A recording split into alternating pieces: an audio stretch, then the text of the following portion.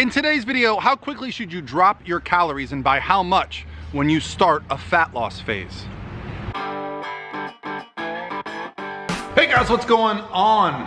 Happy Thursday, coming to you live from the Pro Physique studio here in Tampa, Florida. And today's question comes from right here, my Instagram direct message. So if you go over to my Instagram, send me a DM, I'll try to get to it and answer the question. Or if I feel like it's a topic that deserves some airtime, I'll make a video about it. And the question for today is a good one because it kind of addresses the idea of how do we initiate a fat loss phase. So what I'd like to do is read the question and then answer it for you guys. I wanted to ask about cutting calories after a reverse diet to lean out. Like, if I ended my reverse at 2,400 calories, should I decrease my intake slowly, maybe 100 to 200 calories to start, or should I go more aggressive, like 400 to 500 less? So this is a question that I have seen many times as a coach, right? I've been spending time with somebody either in maintenance or reversing them. How aggressive do we be with the first initial cut? So first things first, you're probably not gonna be aggressive enough. What I find is that initially when we start a fat loss phase, the body is a little bit resistant, especially when you've been reversing. So dropping 100 to 200 calories is not gonna get it done, guys. That is not gonna get fat loss started. But I will say this, 100 to 200 calories might keep fat loss going. As weird as that sounds, and let me explain. So let's just say you're about to start a fat loss phase, you're at 2,400 calories and you drop them to say 2,200 and you expect to lose some weight. Well, even if you just go by the math equation that essentially says 500 calories over the course of a week is a pound of body fat, yada yada, we all know that story. Well, you're not even close to that. But really what I find is that fat loss is all about thresholds. And when we're starting a fat loss phase, when we have a little bit more body fat, our body's a little bit resistant to fat loss, okay? You have to do something drastic to get things going. Now, I wouldn't want you to go from 2,400 calories down to 1,900.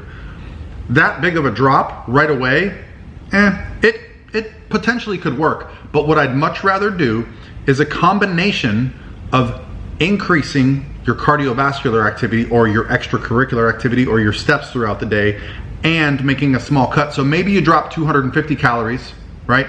And then you add in some extra activity throughout the day to get weight loss going. What we don't want to happen is to make such small changes that it doesn't impact fat loss, but it does over time bring our calories down.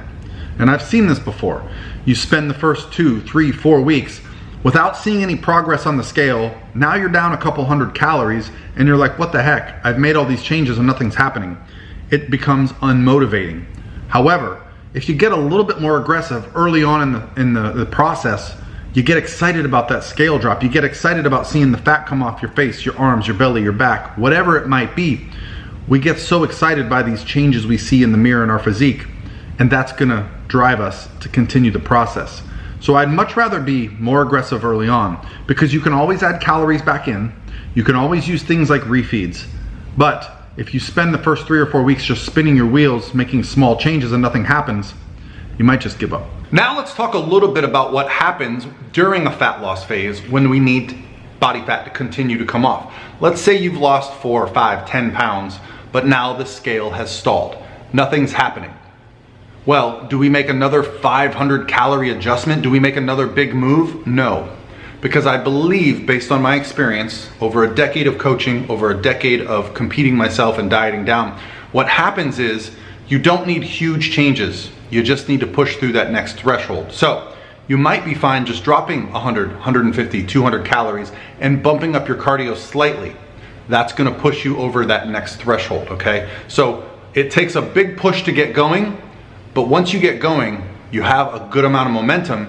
It just takes a small push to get things going. There's probably a really cool analogy in there. You know, like those strongmen when they're pulling the semis or the trains, it's really hard to get it started, but once they get it started, you can keep it going with just a small or less amount of effort. One final thing I want you to consider when focusing on calories during a fat loss phase or a fat loss approach is that I typically, as a coach, much prefer people eat more and move more.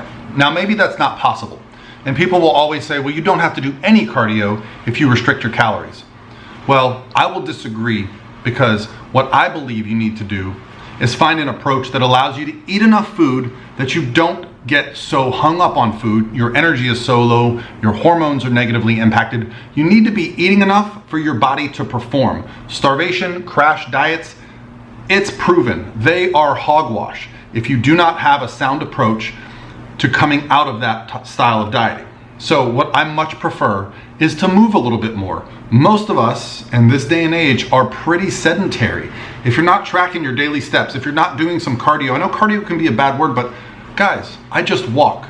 I walk from whatever goal I get to until shredded. That's the only thing I do. I change the intensity of my cardio. If you haven't watched my videos on how to walk to get shredded, I've done a bunch. I've even talked about the specifics of heart rate and how to do a walk for incline. And I'm not saying HIIT cardio doesn't have its place, but you don't need to do that. If you just think of walking and moving as burning calories, you can eat more and move more and feel great and lose your weight and get there. And there's also some benefits to moving more, guys, like this heart we got right here, boom.